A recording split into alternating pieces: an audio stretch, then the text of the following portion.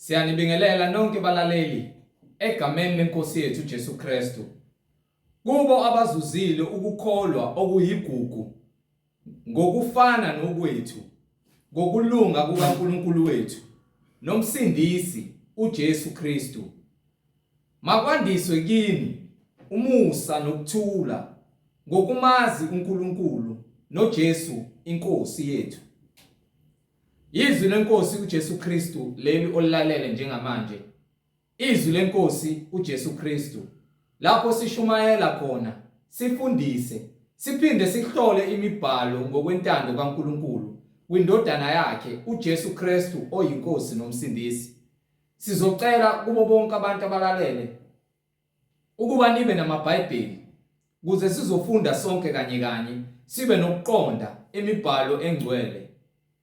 Kulabo abangenawo amaBhayibheli sizocela ukuba ni-download amaBhayibheli kuma-mobile devices enu, ma-laptop noma ifoni, kuze nawe uzofunda ube nokuqonda kanye nathi njengoba umoya ongcwele esihola ukumbula uJesu Kristu oyinkosi nomsindisi empilweni zethu. Kulabo abazothi sebelalele bafune ukubhabhadiswa egameni likaJesu Kristu, nalabo abanemibuzo mayelana neBhayibheli ngenxa yeimfundiso eziningi ezigcwele emhlabeni eziphambene nemiyalelo kaNkulunkulu, eziphambene nobungcwele ekumele ngabe siphila ngabo, ukuba nawe uthathe imininingwane kuze nawe uzoba nokubuza imibuzo onayo. Nalabo abanobufakazi ngobuhle nokuthembeka kukaNkulunkulu empilweni zethu ezibonakalisile empilweni zabo ukuba yena uthembekile, kuze bashiye ubufakazi abanakho, uthathe imininingwane esoyishiya njengamanje noma le oyibonayo kwi-screen. Ngizoqala nge-email address la sitholakala khona, izwilenkosi.ujesukristu@gmail.com, izwilenkosi.ujesukristu@gmail.com. Ngilandelise nge-cellphone number noma i-WhatsApp number ethi 066 566 9245, 066 566 9245. Azalwane, izintshumayelo zonke ziyatholakala ku-YouTube, la ungahlala khona phansi uphethe iBhayibheli uhlolisise ukuthi lo lwazi onalo noma lemfundiso oyiphethe iyafakazelwa yini imibhalo engcwele njengoba umoya ongcwele esihola ukumbula uJesu Kristu oyinkosi nomsindisi. Ku-YouTube uyasubscribe uthi izwi lenkosi uJesu Kristu, izwi lenkosi uJesu Kristu, ulalelisise, ungakhohlwa ukuthumela nezihlobo zakho, ikakhulukazi laba okhonza nabo, kuze nabo bahlolisise ukuthi le mfundiso enisuke nifundiswa egameni lenkosi yethu uJesu Kristu ngabe iyafakazelwa yini umoya ongcwele nemibhalo njengoba eshiyile nezwi eliphilileyo kuKristu Jesu oyinkosi nomsindisi. Ku-YouTube uyasubscribe uthi izwi lenkosi uJesu Kristu. Bazalwane, sizocela ukuvula ngomkhuleko simbonge ubaba wethu osezulwini ngeimpilo zethu nalesikhathi esinaso njengamanje ukuba sizwe izwi lakhe. Baba wethu osezulwini, mangcweliswe igama lakho, umbuso wakho mawufike, intando yakho mayenziwe emhlabeni njengasezulwini. Usiphe namhla isinkwa sethu semihla ngemihla, usithethelele amacala ethu njengoba nathi sibathethelela abasonayo. Ungasingenise kulingweni kodwa usisindise kokubi, ngokuba umbuso ungowakho namandla nobukhosi kuze kube phakade. Amen. Amen. Igama lami nginguNkaniso Brazil. Ngihamba nomfowethu uMhlengi Zondi ozobe sihola ejula kabanzi ngokwembhalo nangemfihlakalo umoya ongcwele ekhanyisa isibani esinguKristu Jesu oyinkosi nomsindisi, ehlwanyela etshala imbewu ekuyiyona uNkulunkulu afuna ithele izithelo zobungcwele, zithele izithelo lezi ayidingayo ngoba yena ungumveni. Bazalwane, yamukelani umfowethu uMhlengi Zondi. Amen. Amen. Siyanibingelela bazalwane egameni lenkosi uJesu Kristu, yena ongumnini mandla onke. Amen. Amen. Sithi uNkulunkulu makadunyiswe, abongwe ngobuhle bakhe okutholakala ezwini lakhe nangamandla akhe agcwele eBhayibhelini ngobufakazi obunikelwe kubona bonke abantu ukuze bazahlulele bona ngezwi eliphilileyo ukuba ngabe balifanele yini izulu nombuso kaNkulunkulu noma cha. Angeke wahlulelwe yimina. Mina ngahlulela isono. uNkulunkulu uzokwahlulela bonke abantu.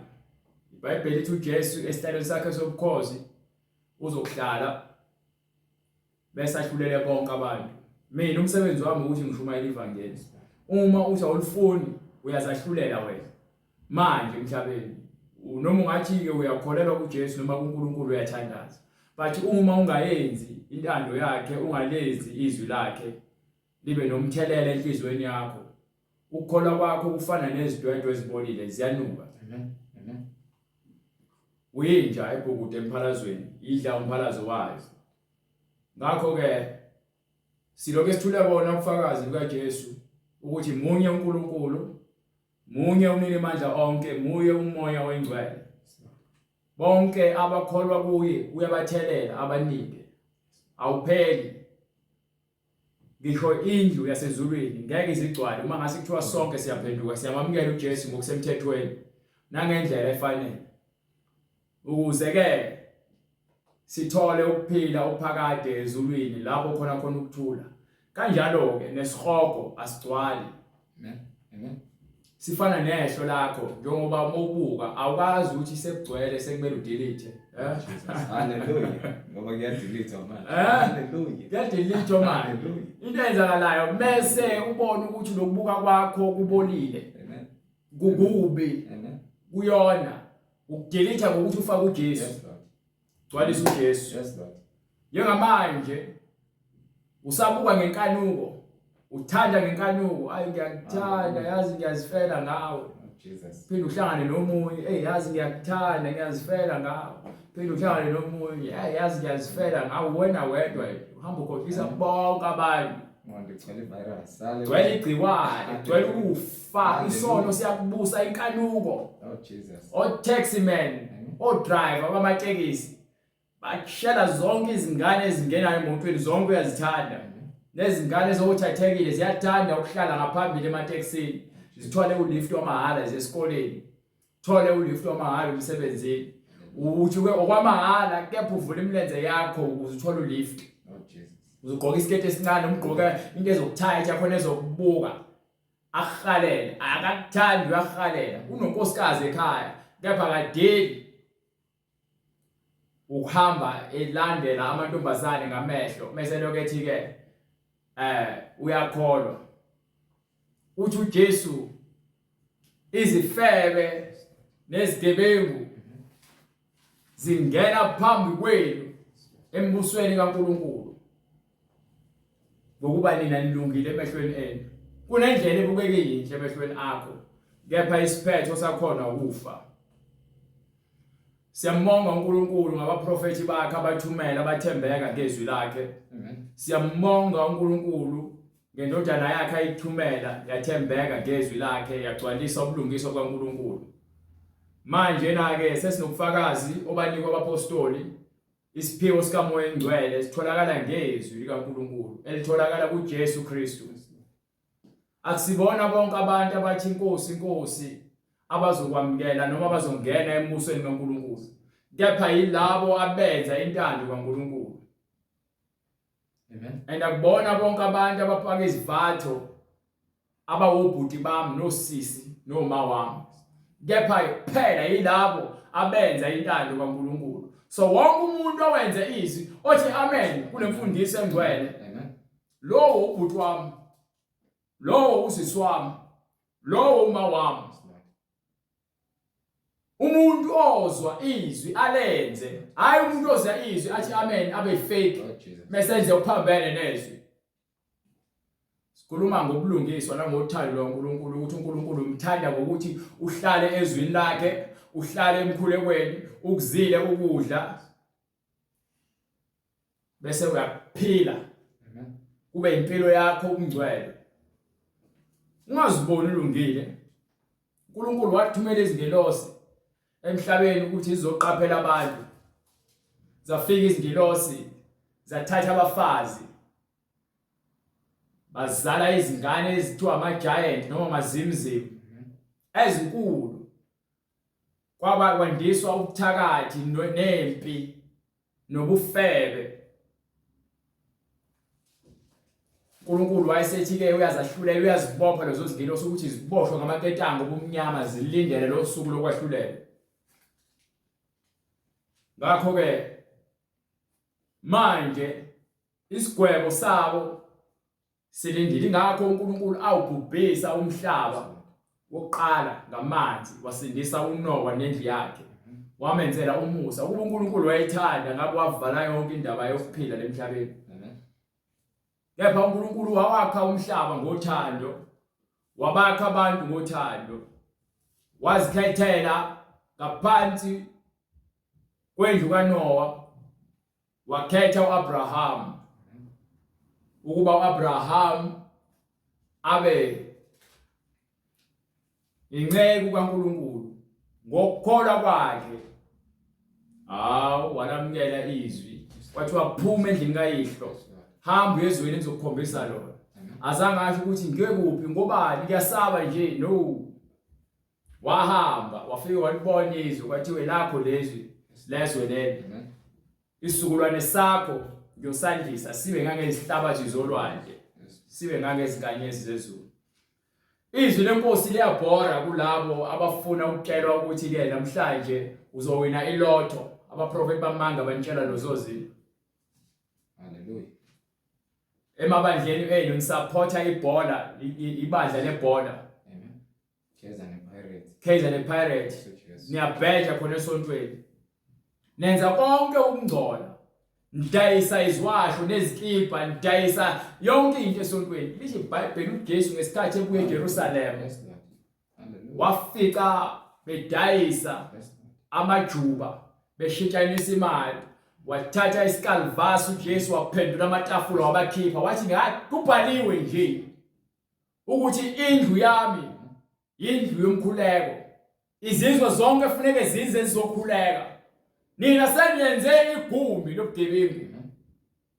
Ngakho nithanda-ke igama eliprofethiwe nezwi eliprofethiwe. Bonke abaprofeti bamanga beza nina bezoprofetha. Kubhalwe phansi ukuthi kuyokwandiswa, kuyoza abaprofethi abaningi egameni likaJesu Kristu. Bakhohlisa abantu abaningi. Ungitshela ukuthi umuphi umprofethi weprofethi ayeleke profethi umprofethi wakho. Mekuthi umprofethi uthi uyobani? Ukuba uma uthi ukhuluma ngoSamuel, wayekhuluma noNkulunkulu, emtshela ukuthi labantu abaphenduke. Baflathelisa inhliziyo zabo, balandela uNkulunkulu bezizwe. Abangizwa izwi lami, ngithi mina baphile ngezwi lami bangidumise, abafuna ukumdumisa. Ingakho-ke nenkosi yokuqala uSawuli waphucwa ubukhosi bakhe ngenxa yokuthi wanikwa umyalelo wangawenza. Bazifunela amakhosi bese bawathola amakhosi abaphendula izigqila zabo. Sinenkosi yasezulwini eyafika emhlabeni yaphinde yakhuphukela ezulwini, uJesu Kristu. Uyena kuphela-ke esimuzwayo. Lonke lolunye uvucu oluqhamukayo impungushe lezo.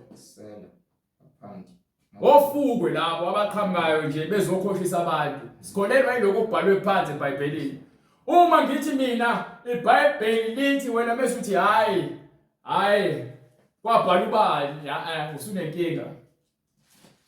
Alisho iBhayibheli ukuthi yonke imibhalo ephefumulelwe uNkulunkulu.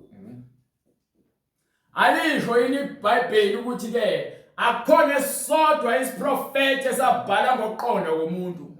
Kepha bonke ababhala leBhayibheli noma lencwadi babeholwa umoya oyingcwele. Ubona ngokuthi yonke into abayishoyo iyavumelana, kodwa bayibhala ngezikhathi ezahlukahlukene. Namanje siyabuthola ubufakazi kubantu abangalibhala ngeBhayibheli, kepha uJesu uyakwazi ukufika kubona abatshela ukuthi hey,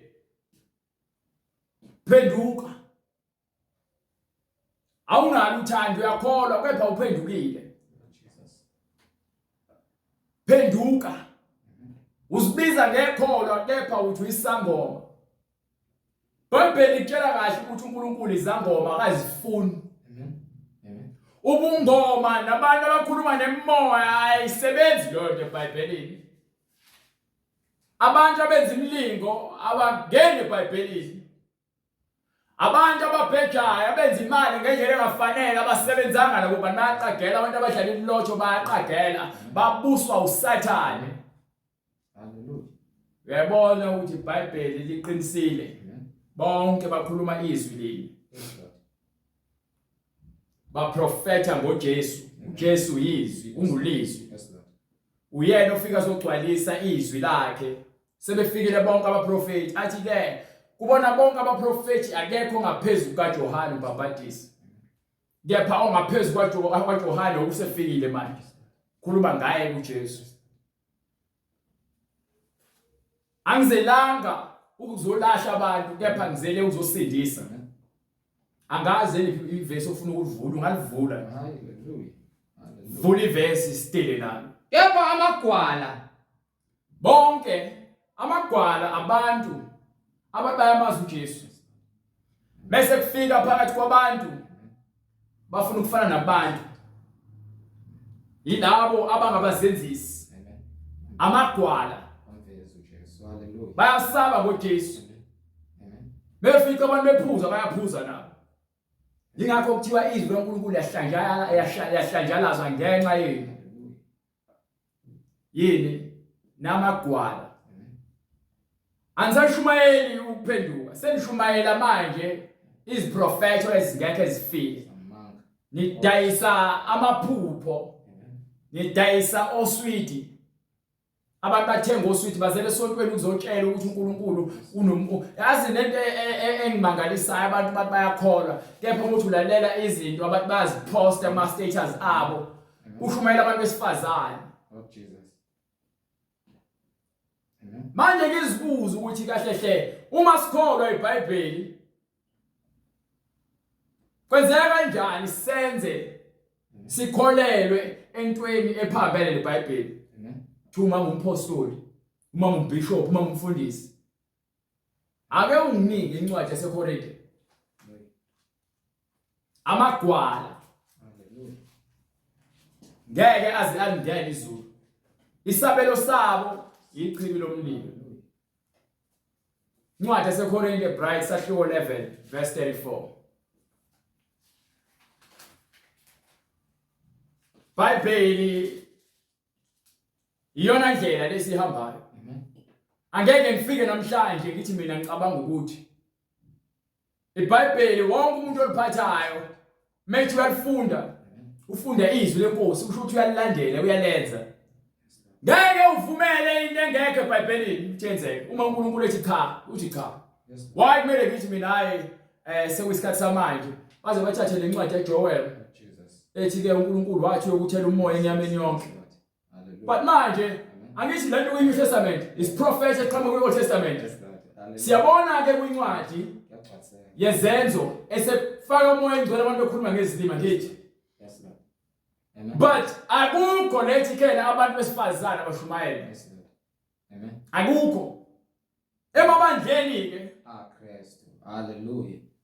So uma wena uthi akuvumela lokho noma umfundisi esontweni leli, wena awulandeli uJesu wena. Amen. Amen. Umuntu angeze kuzokuthula ubufakazi. Kepha nothi ukuthi ashumayele. Angeke ngize ngivume ngokuba kubhalwe phansi eBhayibhelini. So uma kufanele ngijeziswe ngalokho ukuthi mina ngivimbela abantu besifazane bashumayele, ngizodila noJesu. Kepha ngizoshumayela ngakho ngoba kuseBhayibhelini. Akho iBhayibheli ecindezela abantu besifazane. Liyakutshela iBhayibheli ukuthi uma ukholwa kuKristu, uKristu uyinhloko yebandla. Indoda inhloko yomuntu wesifazane. So akho umuntu wesifazane ozoma esontweni athi afundisa amela amadoda ahlale phansi asine kubani. Ngiphe Bright. Noma ngipha khona uTimotheo, noma ngipha kwaseKorinte, uqala khona eKorinte bese uTimotheo. Incwadi yokuqala kwabaseKorinte isahluko 11 verse 34. Yes sir. Uma omunye elambile, uma omunye 14 Bright, sahluko 14. Incwadi kokuqala kwabaseKorinte isahluko 14 verse 34.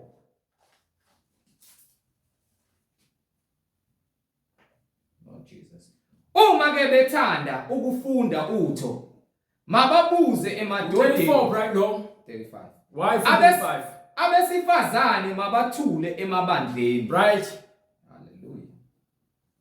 Lithi iBhayibheli abesifazane abathule emabandleni. Ngokuba kabavunyelwe ukuba bakhulume. Awuvunyelwe ukuba ukhulume ebandleni. Amen. Ungakhuluma ekhaya, ungakhuluma esikoleni, ungakhuluma ebhasini. But mase ufike esontweni, ngeke uzoma kwe-pulpit uthi uyashumayela. IBhayibheli lithini?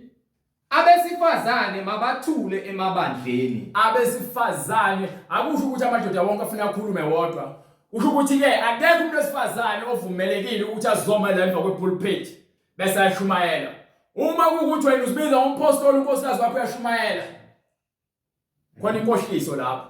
Khona umoya kaSathane obusayo. Ngokuba kabavunyelwe ukuba bakhulume. Akavunyelwe ukuba bakhulume. Kepha mabazithobe. Kepha mabafunde ukuthobeka. Inkinga manje amadoda asaba abantu besifazane ayazincengela ngokuba abanye balala nabo abantu besifazane. Bayazincengela ngokuba ke bafuna ukuthi igcwale ebandleni ingakho benikela abantu besifazane ukuba bashumayele. Bathi ke ubona ibandla lenu ngeke ligcwale ngokuba ke lishumayela kanje. Asinandaba. Ungani yakutshela nje iBhayibheli ukuthi ke umama wami nobhuti wami nosisi wami yilabo abenza intando kaBaba osezulwini. Wena uma ubona kuyinkinga ukushumayela lento leyo kusho ukuthi vele wena ubanje uSathane, uyaklina uSathane. Hallelujah. Akhona yedwa umuntu ozethi uyakholwa phikisana lebhalwe phansi eBhayibhelini. Angikhathali ukuthi ngabe usukholwa iminyaka emingakanani. Yona futhi ekubulalayo lo ibheka iminyaka enikholwayo ungabheka indlela enihambayo. Amen. Amen. Indlela enihambayo ibaluleke ngaphezulu. Iminyaka ibaluleke ngaphezulu kwalendlela le enihambayo. Noma uhamba kwakho kubaleke ngaphezulu kweminyaka ngoba ungakholwa nje iminyaka o50 uthola ukuthi ufundisa imfundiso wrong. Into ebalulekile ukuthi uzwe izwi elibhalwe phansi uleze. Not ukuthi ke uzwe izwi eliphambanisiwe ebaphambanisela izwi.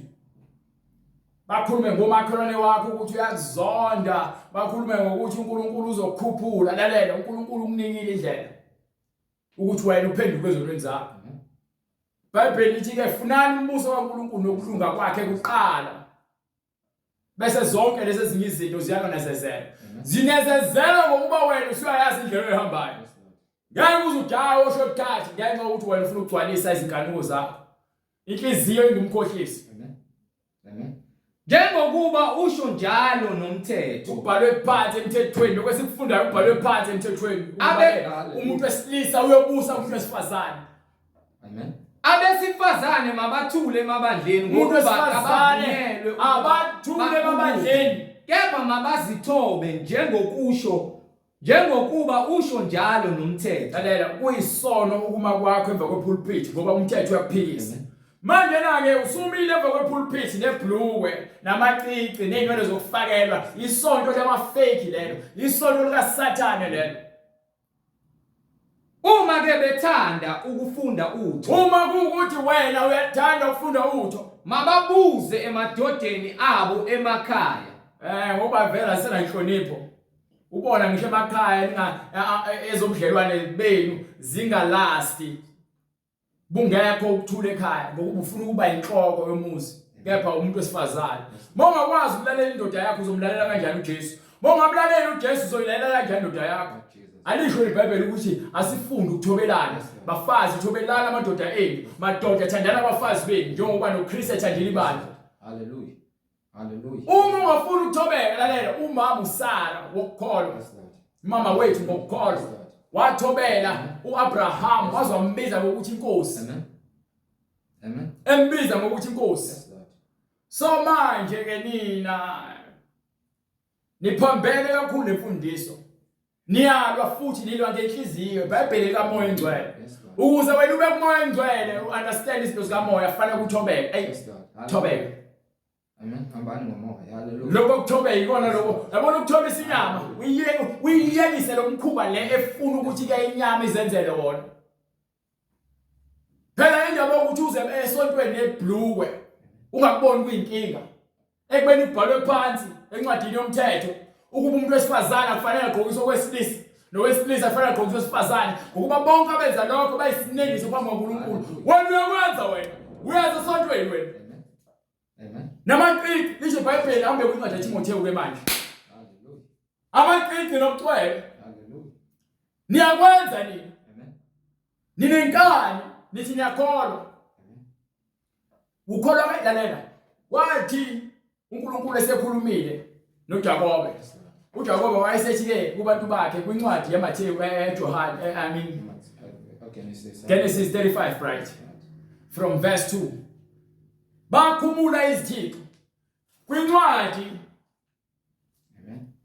ya Isaiah uNkulunkulu ukhuluma the same thing awuhambe ku35 wa Genesis from verse 2 wayesethi uJakobe kwabendlu yakhe. yes sir asike sizwe ukuthi ukukhonza izithixo uma uthanda amaqiqi uzibona ukuthi umuhle ngamaqiqi. Lapho iBhayibheli lithi masihlobe ngomuntu ongaphakathi. Mangabe uhloba kwethu ube ngaphandle kokuluka izinwele nokudaya izinwele nokufaka inwele zokufakelwa. Lokho kukuzithanda wena kakhulu. Awumthanda uNkulunkulu wena. Ngoba uNkulunkulu uphambene nalento oyenzayo. Kwenzeka kanjani ukuthi uyamthanda uNkulunkulu wena uyaphema. Inwele zakho ziyisitululu. Lapha manje wena inwele zakho ufuna zibe ngazi yini ubiza umsila wehashi. Abantu abathanda wena bakukhanukela wena ukulala nawe. Ingathi iBhayibheli lithi nizenza bahle ngeze yonke lento sokudila nayo. Awubaphe la. Incwadi uGenesis isahluko 35 verse 2. Yes sir. Wayesethi uJakobe kwabendlu yakhe nakubo bonke ababenaye. Lahlani izithixo zabezizwe. Makulahlwe izithixo zabantu bezizwe eziphakathi kwenu. Lalela-ke. Izithixo yinto ethandwa abantu abangekho emngcweleni. Abazibona ukuthi bahle ngaloso sitho. Amen. Nizihlambulule nina. Uzihlambulule wena ugeze. Niziphendulele izingubo zenu. Bese nale ngubo egqokile uyayishintsha lalela. Uma ushiya isithixo i-makeup uyayikhonza uma uzokuzipenda ngayo nopende emlomeni. Faka amaqiqi udwebe amashiya nenkophe zokufakela.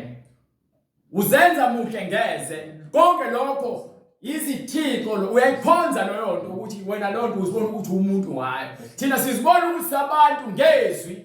Wena uzibona ukuthi umuntu ngemali. Uzibona ukuthi umuntu ngebhlukwe umuntu wesifazane. Uzibona ukuthi umuntu ngengubo umuntu wesilisa. Uzibona ukuthi umuntu ngamaqiqi nama-tattoo. Nokubheka ugwayi. Abantu abangcwele bayazi ukuthi imizimba yabo yithempeli likaNkulunkulu ophilayo. Lahlani izithixo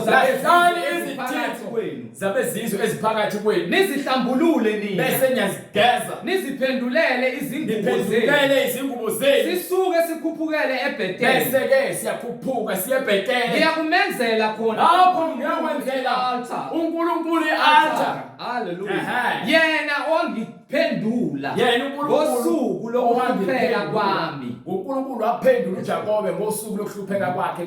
Khona eBhetheli lapho kwakuselazi uJakobe ephuma kubo ehamba ufike walala lapho wafaka itshe ngaphansi kwekhanda lakhe wavele kwamnyama kwaqhamuka iphupho kwaqhamuka ilada. Hallelujah. Lehla Lord Jesus. ezulwini kwavuleka izulu wabona ingilosi zehla zenyuka phezulu emini uNkulunkulu wamtshela lo mhlaba lalibona wakho waba nami endleleni engangiyihamba. So uNkulunkulu ingoma ethi-ke hadu uJesu unami njalo noma ngihamba endleleni enzima. Ukuhamba endleleni enzima. Yes Lord. Amen. Amen. uNkulunkulu ngumsizi wami angiwesaba okubi nokuthi umuntu angangenzani. Hallelujah. Waba nami endleleni engangiyihamba. Yebo. Bamnika ke uJakobe izithixo zonke. Base bemnika izithixo zonke zabezizwe. Zonke izithixo zabezizwe ezazisezandleni zabo. Amabhengele namaqiqi ayesezindlebeni zabo. So bosisi bomama bobhuti khumulana amabhengele nemigexo yobucwebe kanye namaqiqi kanye nobhuti engiphebe kanye nalamaqiqi onofaka emakhaleni nasemehlweni nasemaqakaleni nasemnweni ikhumule amaringi lawo. uJakobe wakuthukusa phansi kwe-oak. Wathatha wakushisa wakushisa kwaba imvutho. Yes, Lord. Wayesekuthukisa ngaphansi kwe-oak. Bawushabhaliwe kubhaliwe kwencwadi. Yes, Lord. Asishumayela ivangeli ngokuqonda. Hallelujah. Yonke lento elifaka emzimbeni ayinamsebenzi ekugcweleni. So awuyidingi. Yes, Lord. Ukuthi ugqoke abani akubalekile asidingi ukwazi. So aloku usigqokela izikipa ezibhaliwe nezidwetliwe. Lord Jesus. Hallelujah. Umngcwele ubhalwe ngaphakathi kwena. Funa incwadi yaIzaya ngithi isahluko 4:24 mengaphosisi right 4:24. noma ngiphe 3:24. Hallelujah. Incwadi uIzaya esahluko sesithathu. Yes sir. Verse 24. Uyakuthi esikhundleni samakha. Yothi lana kukhulunywa ngesihoko. Yes, Lord. Ukuthi esihogweni angithi umuhle manje emhlabeni.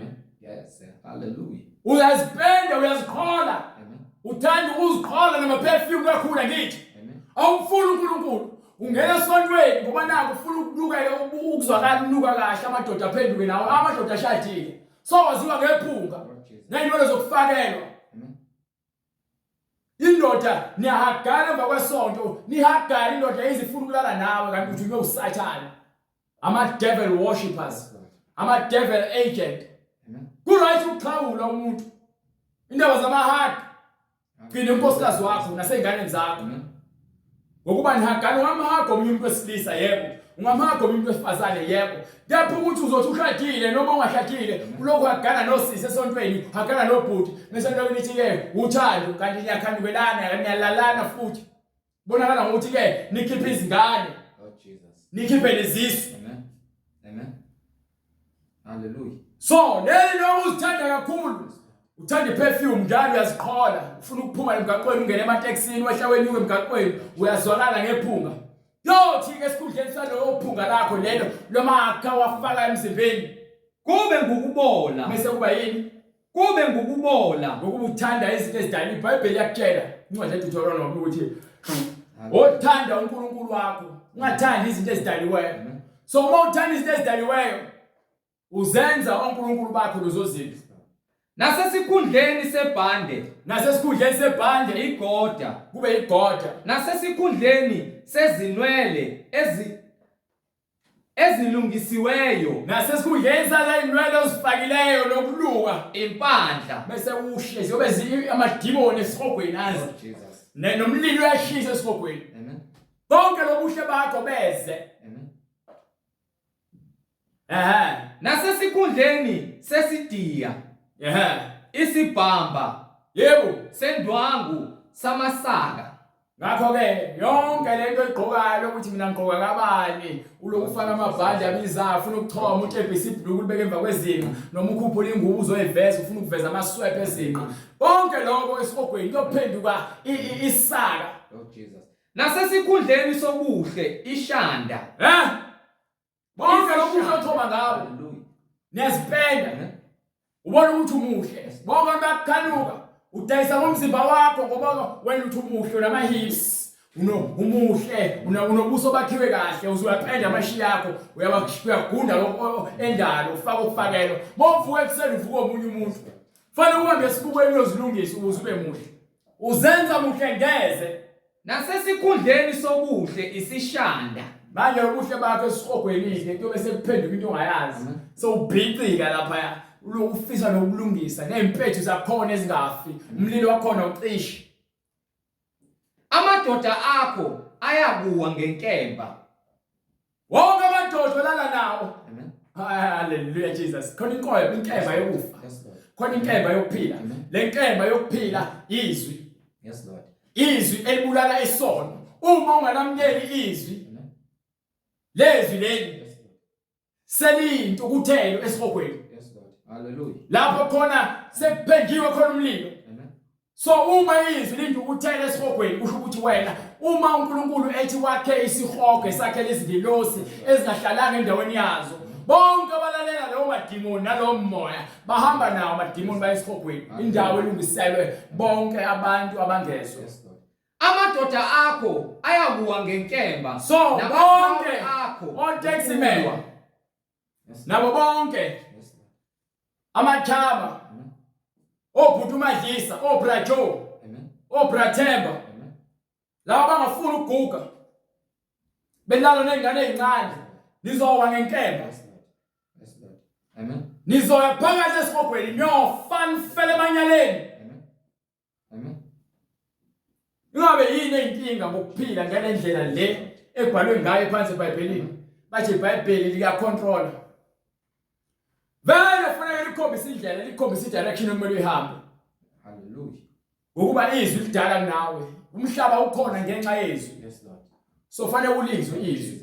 Ngeke sitshintshe ukushumela kanje ngoba nawe sithi sifuna wena uze la thina uzosilandela. Ngeke sikwenze lokho. Hallelujah. Wena kumele ugobise impakamo, ulawe impakamo. Hallelujah. uNkulunkulu into ayizondayo amehlo aziphakamisayo, abantu abanokuzitshela, abantu abazigqajayo, bagcwalisa izinkanuko. iBhayibheli lize lithi ke bonke abakwenyama banako kwenyama, kepha bakamoya banako kamoya. Izono ziyanisika ngenxa yokuthi nigcwalisa izinkanuko zenyama. Into edala ukuthi uhlezi unesithukuthuku, unomzwangedwa, une-stress, ingokuba uzama ukugcwalisa uthando ngendlela yenkanuko. Inkanuko iyabulala, uthando liyaphilisa. Uma ngithanda umuntu ngikholwa, umuntu wesifazane ngimthanda, fanele ngimshade bese ngiyalala naye. Ngeke ngithi ngisindisiwe bese ngilala nomuntu wesifazane ngithi ngizomshada. Ngiqala ngento egcinwa ngayo, ngiyisoul. Lord Jesus. Uma ngifa mina ngisala nomuntu wesifazane ngazange ngimshade ngesihogweni noma kuthiwa ngisindisiwe. Noma ke sengimshada fanele ngicela inkuntethelelo ngokuba ngiya understand ukuthi ngiyona ngokuthi ngonile noma ngiyona ngokwenza nje. Akhona ungena oluthola uNkulunkulu ukuthi ulale ungashadile. Ingakho ngikhipha isisu nje. Lord Jesus. Ngokuba ngisaba ihlazo. Kepha isono sakho sibhaliwe ezulwini. Igama lakho sencwadini abafileyo. Ngokuba yini ukhipha izisu, uchithela ngaphandle, usebenzisa icondom, ngokuba yini lokho kwenza yakho emthethweni. Akho umuntu oshadile kumele asebenzise icondom. Yes, Lord. Uphisana nomntando uNkulunkulu uthi ke zala nani nande. Wena ufuna ukwenza lokho njalo ugovernment beninika ama-condom benibulala. Aze banifake nezibhedlela. Thuvikela ingculaza kanti babulala inzalo. Amen. Ngokuba yini liphila lingashadile, nilala lingashadile, nikephetele. Amen.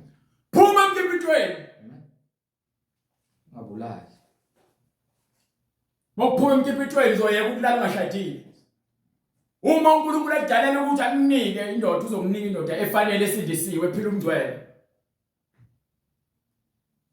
Ithini incwadi? Hallelujah. Hallelujah. Lord Jesus. Isaiah right 3:25. Amasango alo ayakukhala alile. Amasango akhona ayakukhala lile. Liyakuba yize. Liyakuba yize. Lihlale emhlabathini. Lihlale emhlabathini. Hallelujah. Lord Jesus. Ibandla lamanga. Lesonto lamanga. Leli yakhona liloke nithandazelwa ni kwamanzi. Kuyovalwa lelo bandla lelo. Hallelujah. Hallelujah. Abafundisi benu nina besihogweni. Amen. Ngenxa ukuthi nilandela amanga, ngithanda amanga ngaphezulu kweqiniso. Omfundisi bami, Jesus. sebenzi komfundisi wami. Jesus. Izwi bese uyalenza. Hallelujah. Amen. Incwadi yokuqala kuTimotheyu isahluko sesibili verse 9. Yes sir. Ngokunjalo nabesifazane makabagqoke izingubo ezifaneleyo. Umuntu wesifazane kufanele agqoke ngendlela ehloniphekile, ingubo ende efika emaqakaleni noma ezantsi kwamadolo. Noma ngabe kuthiwa bakubiza ngo-anti noma ngo-grade. Mawuze endlini kaNkulunkulu ubopha ikhanda lakho yalihuqula. Bazihlobise ngokuhlonipha, nokuqonda. Qonde uzihlobise ngokuqonda. Hallelujah. Ungabi ngezinwele ezalukiweyo. Ungaloku uluka izinwele, ungaloku udaya izinwele. Nangegolide. Ungafaka amacici awafunakala endlini kaNkulunkulu. Lahla phansi amacici. Nangamaphareli. Nangezihlobisa. Ngemgexo nangamabhengele. Nihambe nilula niqala nizenzo Miss Universe. Nangezambatho ezinemali. Ningaloku ngigqoka izinto ezibizayo. Uthi uNkulunkulu aneliswa yilokho nakho. Cula ngalokho nakho. Into edala ukuthi ngine selidayisa ngemzimba yenu ngoba nifuna ukufana nezwe. Lord Jesus. Nihambe niyohosha nibomahosha. Amen. Dayisa ngemzimba yenu nibe nisindisiwe. Nithathe le mali yongcola nizonikela ngayo esontweni. Lord Jesus. Uzayisela icala. Amen. Ukuthi uyadelela uNkulunkulu lalela ngikene. Ngesikhathi esidala wayengathathi umnikelo noma imhlatshelo enamabala noma enokonakala. Wefuna umhlabelo ongcwele. Wefuna imvu, ufuna imvu ephelele engenasici. Yes Lord. Nambimbi. Hallelujah. So manje njengoba seninikela ngemali, uma imali yomtshotho, noma imali yokuqamba amanga, noma imali yokumahosha, noma imali yegazi, Lord Jesus. uyadelela wena. Noma kuthi ukhipha kweshumi ngaleyo mali uyadelela wena. uNkulunkulu uzokugezisa igama lakho liphansi encwadini yabafileyo. Yes Lord. Uyadelela wena. Awunakholwa bese uzenzela umathanda. Uzokholwa ngokuthi wenze izwi. Amen. Amen. Yes Lord. Jesus. Thatha imali yokuba isitabani uzonikela ngayo. Uyayidelela wena. Qala uphenduke. Amen. Thatha le mali yokutabane uyilahle lapha. uNkulunkulu uzokwenzela imusa akunika indlela yokuthi wenze imali ngendlela efanele. Amen. Amen. Kepha njengokufanele abesifazane abashoyo ukuthi besaba uNkulunkulu. Ukuhloba kwenu makubeyile indlela le uNkulunkulu ayifunayo. Mangabe ukuhloba lalela ongiphene incwadi uqala kaPetru sahluko 3 from verse 1. Indoda yakhe ithi esontweni. Kanti uhambile uyojona. Uphuma endlini ugqoke isigqebe nama-Crocs. Ukhombisa wona ukuthi uyoqwayiza. Faka ama-perfume nemigexo esontweni. Gqokisa kwezifebe nabantu bezwe. Ntwana kaNkulunkulu ufuna kahlobe ngomuntu ongaphakathi. Incwadi yokuqala kaPetru sahluko 3 from verse 1. Kanjalo bafazi, thobelani amadoda enu. Yini enzima ethe yabona vele ngokuba nisazalwe ekungcweleni nihamba amasonto amanga anisakwazi ukuzithoba yini nihamba amasonto 50-50. Lord Jesus. Sonto lo 50-50 nekuthiwa khona umfundisi wakho ushade wa divorce. Lo amasonto kaSathane. Endlini kaNkulunkulu kunomthetho. Uyabuza umthetho uqinile futhi qondile. Amen. Ukobisa indoda, ukobisa umuntu wesifazane. Amen. Kanjalo bafazi, thobelani amadoda enu. Makhosikazi emakhaya ukuze izingane zenu zikhule zibe amakhosikazi aqotho. Ungahambisi ingane yakhe emshadweni ngakusasa iyabuye nemthwalo. Kanti ifundiswa wena ukuthi ke ibe lento eyiyona. Wena ifundisa ingane yakho ukuthi bomahosha. Nidayisa ngengane iBhayibheli yakutshela lithi ke ningadayisi ingane zenu nizenze omahosha ngokuba izwe lizobonakala ligcwale ubufebe. Manje izwe ligcwele ubufebe ngokuba ingane zenu zithi zincane nizithengele ama-leggings nezikhindi ezincane niziluke nenze yonke imsangano le kaSathane. Zikhulu ingane zazi ukuthi kufanele zenze inzilo. Zikhulu ingane ukuthi kufanele zenze amakhanda. Ziyazinaka zona bathi afanele uzithande lalela ngeke uzithande oludlula uNkulunkulu. Yes Lord. Khohlwa ngeke. Ukuze kuthi uma ekhona ongakholwa izwi azuzwe. Makhosikazi bafazi thobelani amadoda enu ukuze makukhona indoda engakholwa azuzwe ngaphandle kwezwi ngenkambo yabafazi babo. Kunencwadi ethi ke ngisho izithathwa zakho ziyakuzona zifuna ukukubulala. Ngokuba kugcwele isikhwele senziwa ukuzithanda kwenu. Jeremiah right 4:30 sifuna ukubagcwalisela ngale ncwadi le ekhuluma ngakho ukuzithanda kwakho kakhulu. Emva kwalokho indoda yakhe iphathe isikhwele ngokuba abanye amadoda siyakhanuka. Awusathembekile endodeni yakho ngokuba uhlobe ngaphandle. Ngeke uziyiwini indoda yakho ukuthi bayize emgcoleni ngoba wena ukhongcwele. Amen. Gqoka amabhluku esontweni. Ngisho usekhaya ufaka kufanele ufake ibhluku. Faka amaqhiqi, faka i-makeup. Amen. Faka into zokufaka elweluka. Indoda elifuna isonto lakho. Ngeke iziye lapho lo ndoda akho kungcwele. Hallelujah. Uphizwa isiqola ama-perfume. Amen. Gqoka amaqwayqwayi. Amen. Faka amaqhiqi namabhengela. Hallelujah. Kubula leyo nto leyo. Lapho usuchithiwe, Lapho khona usuchithiwe. uyakwenzani na? Yini ongayenza? Noma wembatha okubomvu, Noma ngabe kuthiwa ugqoka izimpahla ezimbalabala. noma uzivunulisa Noma uzivunulisa ngegolide. zegolide, Faka impahla ezibucwebecwebe ukhazimule. noma ugqaba amehlo akho ngomuthi, Noma upenda amehlo akho ufake ama-eyebrows. uzenza muhle ngeze, Nama-eyelashes, impenda amashiya eni. Uzenza muhle ngeze. izithandwa zakho ziyakudelela, Izithanda zakho ziyakudelela. zifuna ukukubulala. Zifuna ngisho ukubulala. Ingakho bethatha ibhambe bedubulana. Beshisana ngamanzi, begwazana. Amen. Amen. Belengisana. Amen. Beklinyana. Amen. Ngokuba uthi wesontweni kanti uyofeba. Ingakho lokhu uzikhola. Ingakho lokhu ugqoka kahle. Amen. Ubhizi. Ukhathazeka ngengaphandle. Kepha ngaphakathi ubonile. Amen. Yini oyakuyizuza? Hallelujah. Ukuthela uzenze muhle ngeze. Hallelujah. Ekubeni uphile ekufebeni. Amen. Uphila emanyaleni. Lord Jesus. Akho umuntu ozongena embuso kaNkulunkulu esazihlobisa yena ngokuthanda kwakhe. Amen. Akho umuntu Yes, Lord. noyedwa. Ngizwile izwi njengokungathi elonemihelo, Kuzwakele izwi njengomuntu okhalayo, umuntu onemihelo, umuntu wesifazane mekuthiwa uzithwele. Lapho khona sekufika ukusikwa, suke sekukhala lokho. usizi lozibulayo, Usizi lomuntu okhalayo. izwi lendodakazi yaseSiyoni, Khala ibandla. eheheza, Ibandla yabona mekuthiwa ke ibandla umfazi kaKristu. Yes, Lord. Thina sizingane zebandla. Amen. So uma sona Yes, Lord. umfazi uyakhala, ukhalela ingane zakhe eseziphumile. Amen. Ezelula izandla zayo, ithi mayeki mina, Maye kimi ngilahlekelwa abantu abami. ngokuba umphefumulo wami uphela amandla ngababulali.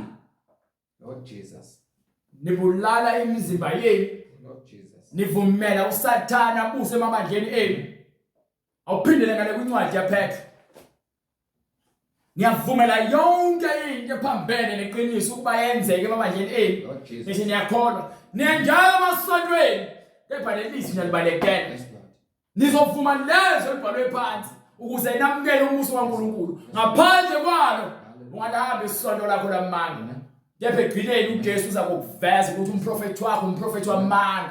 Ukuba yini ushade wadivorce manje usephinde futhi washada nomunye unkosikazi wakhe esaphila. Uphikisana neBhayibheli. Amagwala namaqamba amanga. Hallelujah.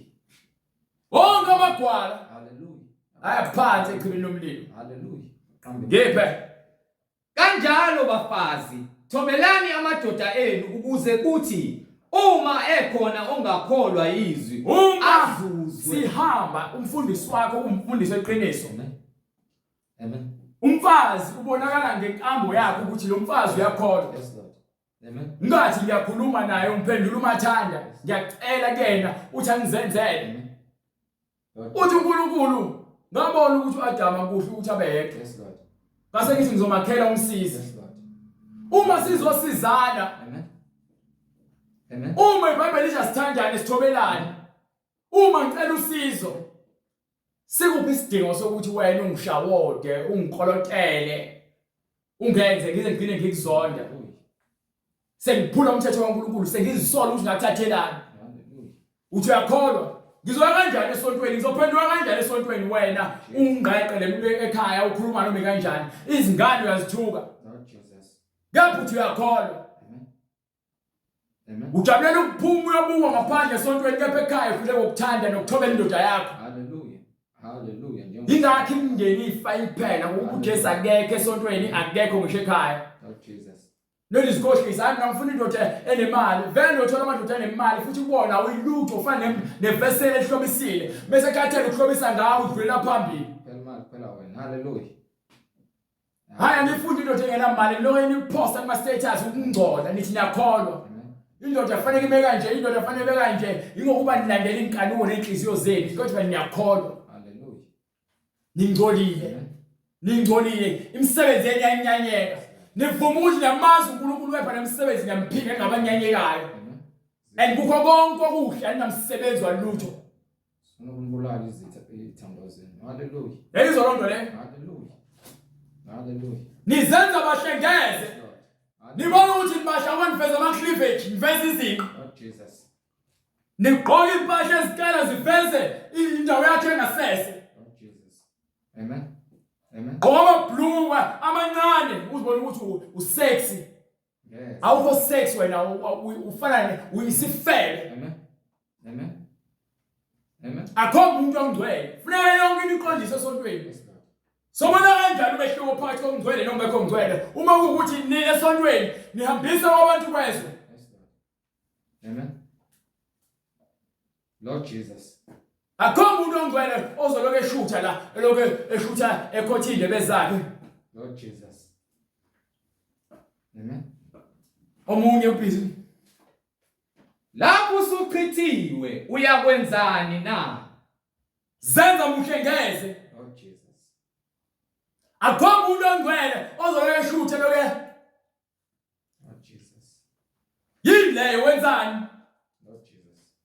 Alela ngikutshela lithi iBhayibheli kwincwadi yaseGalatiya sahluko 5 verse 7. uNkulunkulu akamaketho. Lokho ukutshela enyameni yakho uzakuvuna khona. Amen. Ha, ngiphe pride. Benigijima kahle. Awungiphe sahluko 6 verse 7. Ngokuba ningaduki. Ningaduki. uNkulunkulu akahlekwa. uNkulunkulu akanjani? Akahlekwa. So lento enenyenzayo ninoke nimisa nayo onke amasayini lawo ninoke nenza zonke lezi zinto. Into zikaSathane lezo. Ngokuba lokho akuhlwanyelayo umuntu. Ngokuba lezi zinto ezitshalayo lokho okuvuna la nizovuna khona emsebenzini yonkonkozela uNkulunkulu niloke nithi niyahlutha izithombe. Ngokuba ohlwanyela inyama yakhe uyakuvuna ukubhubha kuyo inyama. Akho umuntu osindisiwe lozoloke ethi yonke lonto leyo imisebenzi yaSathane. Ngokuba ohlwanyela inyama yakhe uyakuvuna ukubhubha kuyo inyama. Lalela lezi zinto nizenza ngoba niyazibona ku TV na ku Instagram. Yes, Niyenza niyabuka nenze ngaphandle koqondo. Kepha nithi ngcwele. Yebo ohlwanyela umoya uyakuvuna ukuphila okuphakade kumoya. Uma ulandela izwi yakutshela izwi ukuthi ngeke uzuguqule nezinwele zakho. Amen. uNkulunkulu akahlekwa. uNkulunkulu akamaketho. uSathane umfundisa ukuthi nimakethe uNkulunkulu ngemizimba yenu. Yes Lord. Nitshale enyameni, nijabulise inyama yenu. Awubaphe ngale incwadi yaPetru, sikawoqedi ngayo. So ngeke ungitshele ukuthi ke uzakuzuza indoda yakho ukuthi ize emngcweleni. Wena ube uziphathisa kwesifebe. Lord Jesus. Ube uziphathisa kwamakosha. Amen. Ngaphandle komusa. Wesontweni ubhizi bile esibukweni. Ukhonza bana kuqala. Hallelujah. Leso sihogweni yobe uwa. Uhla ucela inyatshelelo. Ungasakwazi ukuyeka uzipenda umlomo. Lord Jesus. Lokhu ubhicika khona ngoba kuyashisa. Nempethu zakhona azifi. Hallelujah. Lord Jesus. Amen. So fisa ubuye uzocela inyatshelelo. Ukuthi uyasonto kepha uhleka uNkulunkulu udeleka. Amen. Amen. Lokhu ubhizi lokhu ukukhamana nezinwele zamahashi.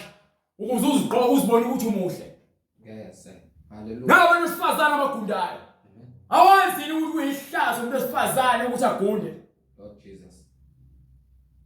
Akho umuntu wesifazane kumele agunde. Amen. Awuluki inwele zakho. Awulaka uphema futhi. Amen. Awuzipendi inwele zakho. Awufaki inwele zokufakelwa. Hallelujah. Umwengi kaNkulunkulu umboza ikhanda lakho uyashuqula. awufake opende ezidiphoyini. Fanekiswa uNkulunkulu. Hallelujah. uNkulunkulu ukudalile ngomfanekiso wakhe. Wena usuzenza lokho okufuna usathana. Yes Lord. Ngiphe bright. Hallelujah. Kanjalo bafazi thobelani amadoda enu ukuze kuthi uma ekhona ongakholwa izwi azuzwe ngaphandle kwezwi ngenkambo yabafazi babo. Into edala ukuthi ke ningayazi lento le. Ngoba emasontweni nibatshela ukuthi ozali nithathe kwakhe khona indoda yakhe izobuyiswa. Lord Jesus. Khona isoka lakho lizobuya. Likuthande kakhulu. Lord Jesus. Ngidayiselwa izwasho, ngidayiselwa amanzi, ngidayiselwa izinto ezimikisiwe sinazi imikiswe nani. Ngidayiselwa imithi. Lethu uJesu uzombuyisa. Nkosi. Thiwa bhala isicelo sakho ukuthi ufunani. Hayi ngicela ukuthi ke ubaba kaSibuka abuye wahamba ohlala intombazana. Nishadile yini? Lord Jesus. Awume ngakami wena uhlala usindiswa. Yes Lord. Ngokubuye esontweni lamandla ingakho ufuna kuye. Yes Lord. Uzohamba bathandaze nezangoma.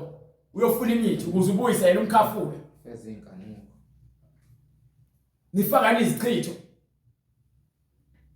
Lord Jesus.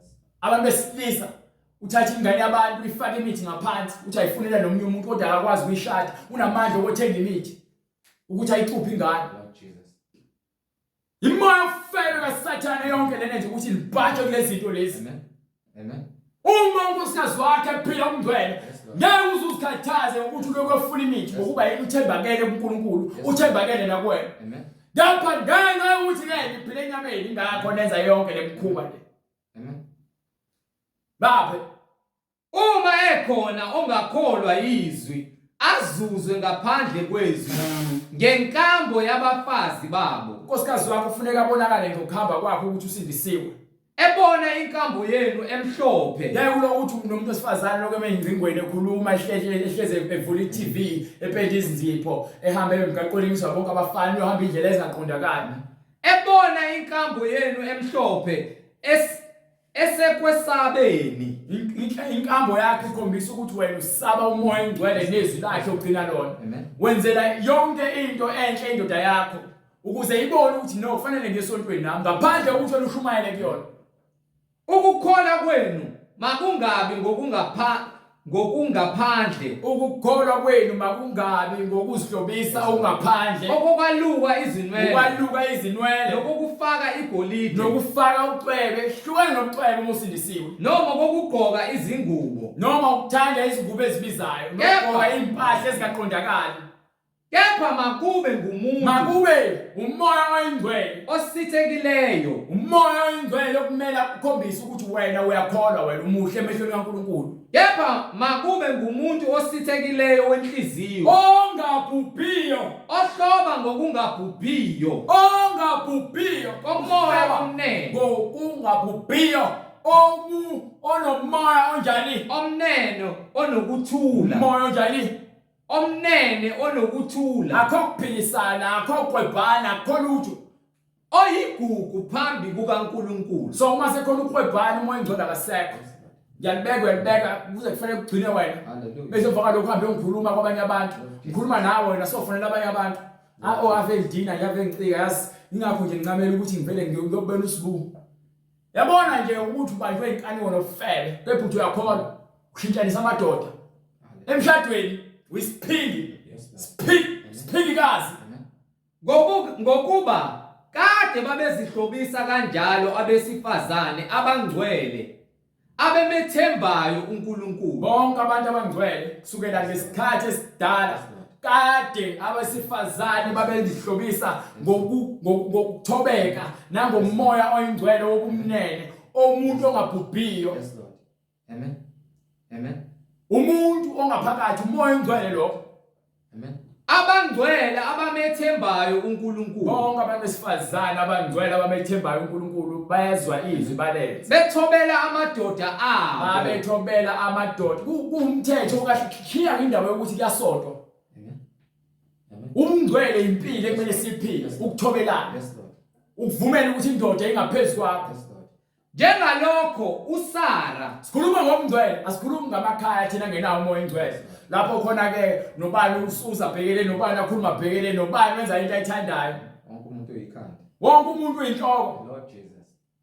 Njengalokho uSara wamlalela uAbraham. NoSara walalela umkhwenyana wakhe noma indoda yakhe uAbraham embiza ngokuthi inkosi, ethi imbiza ngokuthi inkosi, eningabantwana sabiza abakhwenyana beni ngamakhosi senabathuka sokhathele wafika unimboza ikhanda emzini. Lord Jesus. So hamba ngezinwele ukuba ufuna ukufana nezwe, yebo uthi usindisiwe, so ufuna ukwenza ikhanda lakho. Ambuthi kwami. Umkhwenyana wakho uthi izingane zigqoke izingubo neziketi, wena zigqoka amabhlukwe. Lord Jesus. Uzolithetha libomvu. Amen. Akho umuntu wesifazane ovumelekile ukuthi agqoke ibhlukwe. Lord Jesus. Ngomthetho kaNkulunkulu ungangizonda mina unyokoloke wenze konke okuthandayo, konke kubhalwe phansi eBhayibhelini. Uma ungafuna ukukholwa ikona futhi ukukholwa kwakho kuyize leze. Njengalokho uSara wamlalela uAbraham, uSara walalela umkhwenyana wakhe embiza ngokuthi inkosi, so nina nihlule lezi zinto lezi, eningabantwana bakhe. So even abantu abakholwayo ngakho bededela umsifazane bashumayela emasontweni ngokuba abanabo ubudoda, akho ubudoda, bangabazenzisi bawosisibhuti. Eningabantwana bakhe uma nina abantu besifazane nenza izwi likaNkulunkulu, ningabantwana kaSara ngokukholwa nangokuthobeka. Singabantwana bakaJuda noma singamaJuda ngokukholwa not ngenyama. uNkulunkulu owenza kubona baphathisa izwi, lo uNkulunkulu odala izwi nomhlaba wayenza isibonelo ngabo ukuthi abantu abakholwa yini kumele baphile kanje. So uma wena uthi usemngcweleni wamukela uJesu ukuba inkosi umsindisi, uzoshiya konke ukungcola kwakho kwasenyameni, wamukela uJesu nezwi lakhe, uphenduke ezonweni zakho. Uma nenza okuhle, ningabantwana bakhe uma niqhubeka nokwenza izenzo ezinhle, ningesatshiswa kokukodwa okwesabisayo. Ningasatshiswa lezi zinto ezenzekayo uSathane enigabisela ngazo zonke izinto. Ningasatshiswa izinto zenyama. Hlala ezwini likaNkulunkulu, bapha incwadi ezenzo. Sahluko 2 verse 38. Bonke abangamagwala ke indawo yabo isemlilweni ngokuba yini izwi libhaliwe. Amagwala indaba abathi bebona abantu bezizwe benza izinto zabo zezizwe bafuna ukwenza nabo. Amen.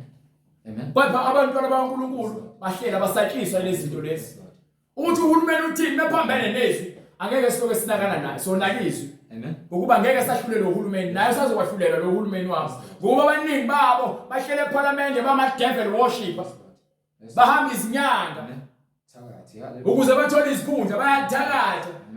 Bayabulala abazondana, ingakho befaka imithetho yokuba abantu babeyixabana bashadana, abantu besilisa abantu besifazane bashadana, abantu bakhiphe izisu.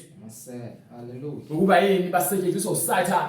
Uma ukuthi abantwana bakaNkulunkulu bazokwenza lokhu kubhalwe phansi eBhayibhelini, phendukani. Manje iBhayibheli yakutshela ukuthi phendukani. Yiloyo naloyo abhaphathizwe. Yiloyo naloyo ufana abhaphathiswe egameni likaJesu Kristu. Abhaphathiswe egameni likaJesu Kristu. Kukho ukuthethelelwa kwezono zenu, ukuze izono zakho zonke zisulwe. Khona niyakwamngeliswa isiphiwo sikamoya weBhayibheli lithi liyaqaqisa phenduka. Yes Lord. Ukuze uthethelelwe. Yes Lord.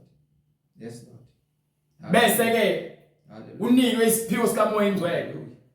Hallelujah. Ngokuba lesithembiso ngesenu. Amen. Esabantwana bethu. Esaba bonke abakude.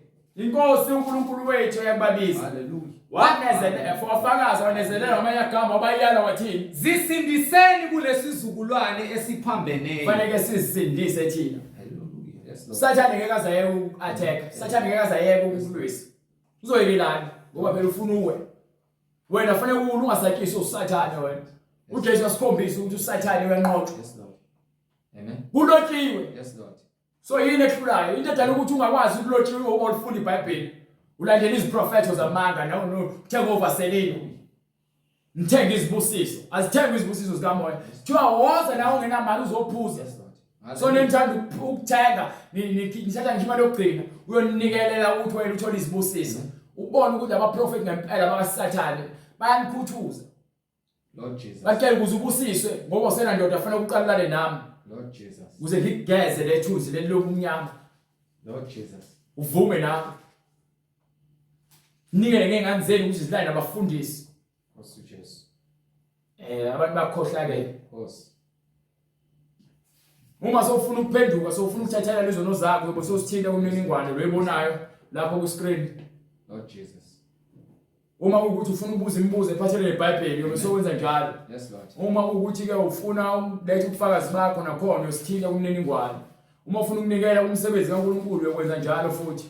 Awuphoqelekile ukuthi unikele, kepha lokho kusuka enhlizweni yakho uma ukuthi uNkulunkulu uyithinte inhliziyo yakho ukuthi ke wena unikele ukwenza njalo.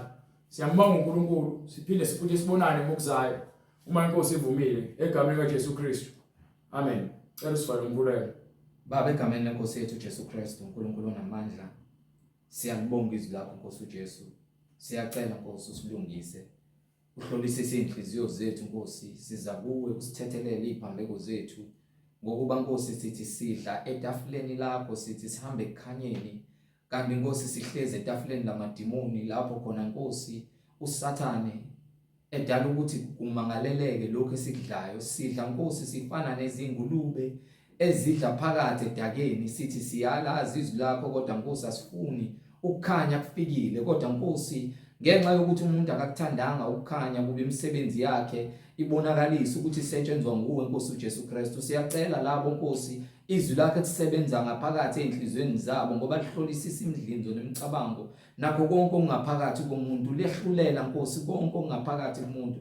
Siyacela Nkosi sikhanye isibani sezwi lakho ukuze Nkosi size kuwena ngokomoya nangeqiniso, usikhulule konke amaketango bomnyama namanga esitha uSathane ophuphethekisa konke ukuqonda kwethu. Size kuwe ngokomoya nangeqiniso, sivume Nkosi ukuba wena uyinkosi nomsindisi, siphenduke size kuwe Nkosi ngokuba wena ufikile ukukhanya, uzile ukuphila, kube ngukuphila empilweni zethu ngokuba wena uphethe ukuphila kuwe Nkosi uJesu Kristu. Kube inkazimulo nodumo kuwe, sibe ngamadodana namadodakazi ongaphezulu kwakho konke wena Nkosi yethu Jesu Kristu, egameni leNkosi yethu Jesu Kristu manje naphakade. Amen. Ukuthula makube kubazalwane nothande kanye nokukholwa okuvela kuNkulunkulu uYise naseNkosini uJesu Kristu. Umusa mawube nabo bonke abathanda inkosi yethu uJesu Kristu ngokunganqamukiyo. Amen.